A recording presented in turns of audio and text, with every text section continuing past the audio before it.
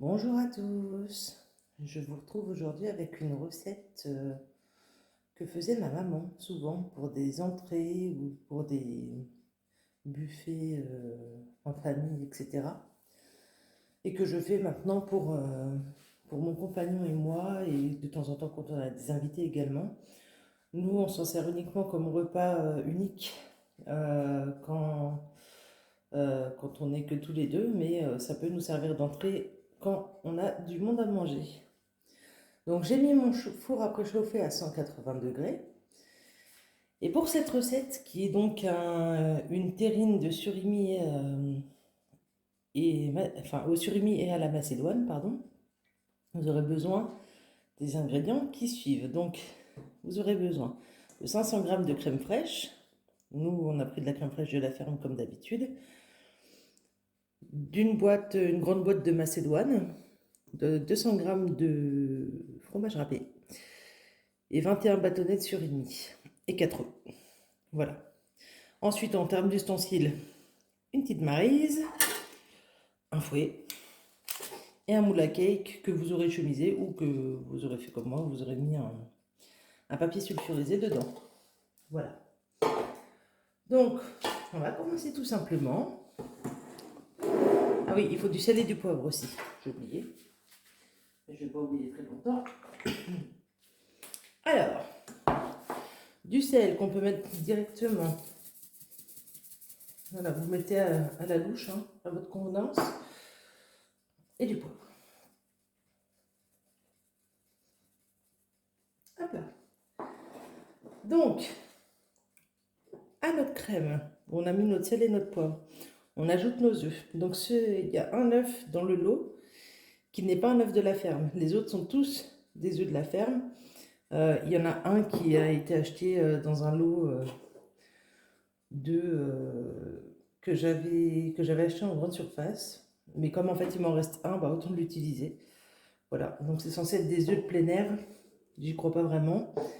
Quand on voit la différence, c'est assez fou quand même. Donc je vais quand même utiliser la technique des chefs. Je rigole. Hein. Non, j'utilise surtout la technique de ma maman parce que la dernière fois je ne l'ai pas fait, mais cette fois-ci je vais le faire quand même.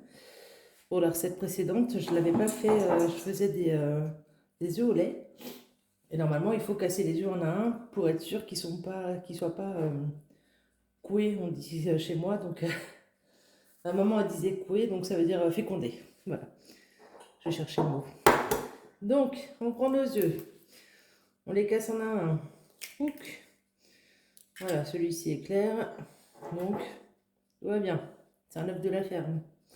Ça se voit. Hop. Celui-ci, c'est l'œuf du commerce. Techniquement, il n'est pas coué. Voilà. Mais ça se voit aussi que c'est un œuf du magasin. Voilà, vous allez voir la différence après. C'est impressionnant. Déjà, le blanc est plus blanc. Enfin, donc ça, c'est un œuf de la ferme, évidemment, puisque dans le lot, je n'ai qu'un seul œuf qui n'est pas de la ferme. Hop. Voilà. Et le petit dernier pour la honte. Donc 4 œufs, bien sûr. En même temps, si vous savez compter, vous avez vu qu'il y en avait 4. Pas compliqué. Hein. Hop, et donc ils sont tous bien clairs.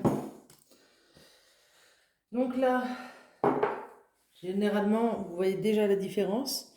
Voilà, ça c'est un œuf de la ferme, ça c'est un œuf de la ferme, ça c'est celui du commerce. Et ça c'est un œuf de la ferme. Il y a une nuance extrême, mais bon.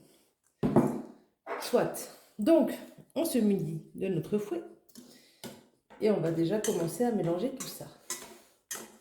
Voilà. Donc on y va tranquille. Pas en foutre partout.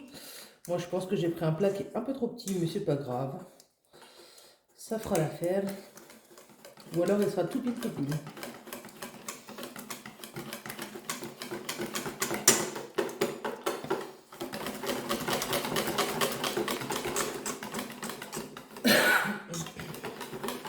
Excusez-moi.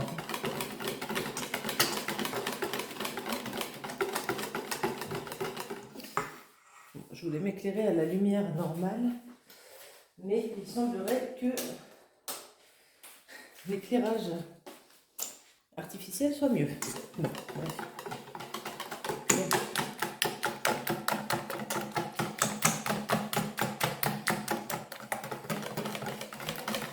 Donc là, c'est bien mélangé, c'est bien homogène, c'est bien lisse. Donc à partir de ce moment-là, on peut ajouter le fromage râpé. Hop.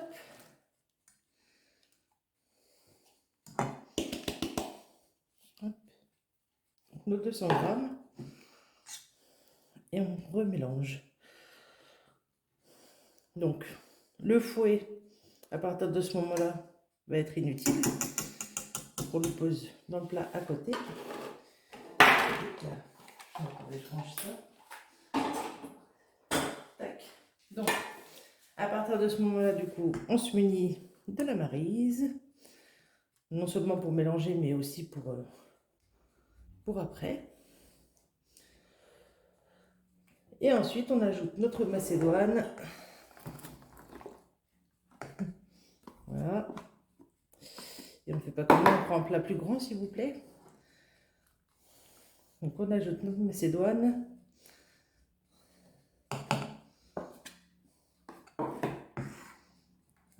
Voilà. On mélange bien.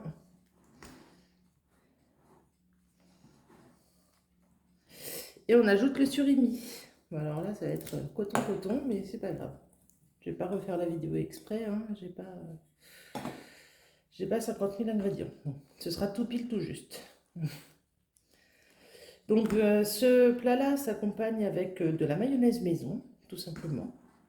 Alors moi j'ai du mal à faire les mayonnaises, donc je les fais au batteur électrique. Ouais, je sais, c'est pas bien. Et en plus avec un œuf entier, c'est encore moins bien, je sais.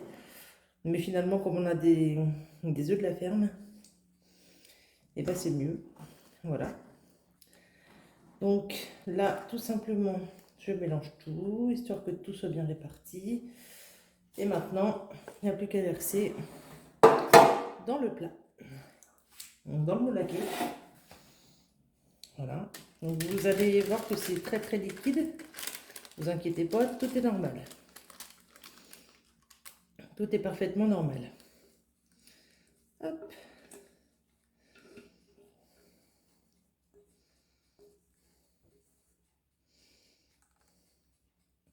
Et vous voyez que ça rentre tout pile dans le moule à cake.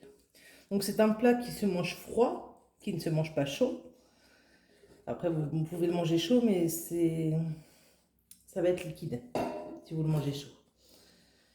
En fait, pour ce plat-là, la clé de la recette, c'est qu'il faut la faire cuire correctement. Et surtout qu'il faut le manger froid. Voilà. Donc là, on a notre appareil pour la terrine au surimi et à la macédoine qui est prêt. Donc on va enfourner ça pour 30 à 45 minutes selon votre four. Moi, je vais le mettre 40 minutes. Et puis je verrai après.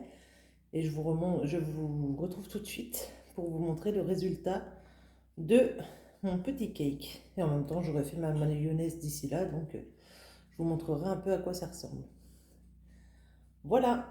Bien sûr, je vous montrerai une première fois quand le cake sort du four. Et une seconde fois, une fois qu'il a refroidi correctement et qu'on l'a coupé en tranches en fait. Voilà. Donc pour vous, ce sera dans quelques instants. Pour moi, ce sera ce soir. Voilà, voilà. Ou alors demain, je vous le mettrai. Je verrai parce que nous, on le mange que demain.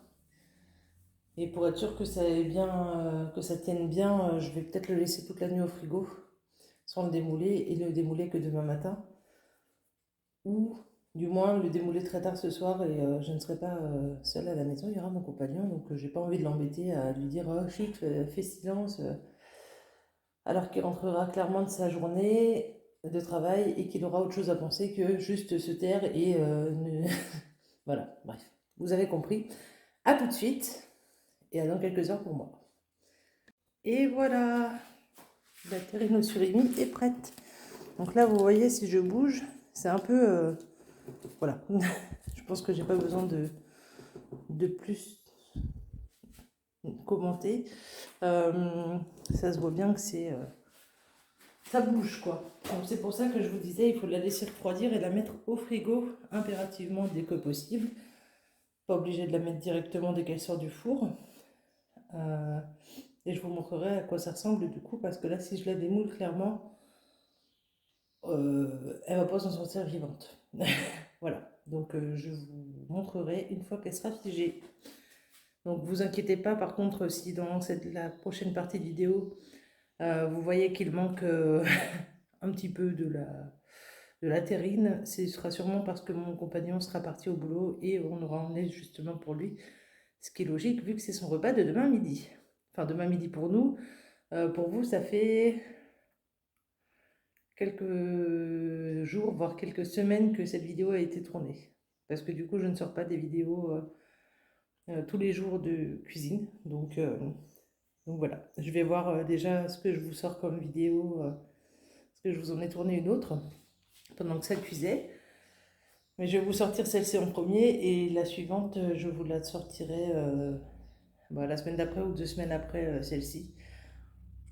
Donc voilà, pour l'instant, c'est pas encore hyper organisé, c'est pas encore hyper fiégé. Donc, donc n'ayez crainte, vous aurez une future vidéo de cuisine et ce sera de la pâte à tartiner faite maison. Voilà.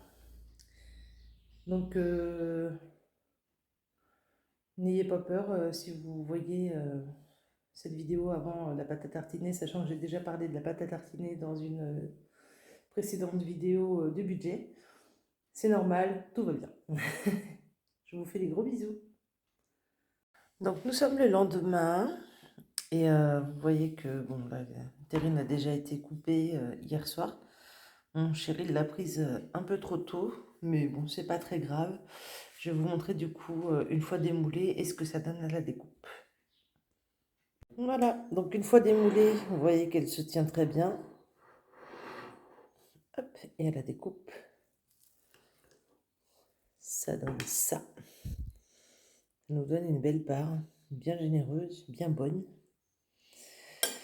Voilà, et donc je vais m'en servir parce que ça va être l'heure de manger.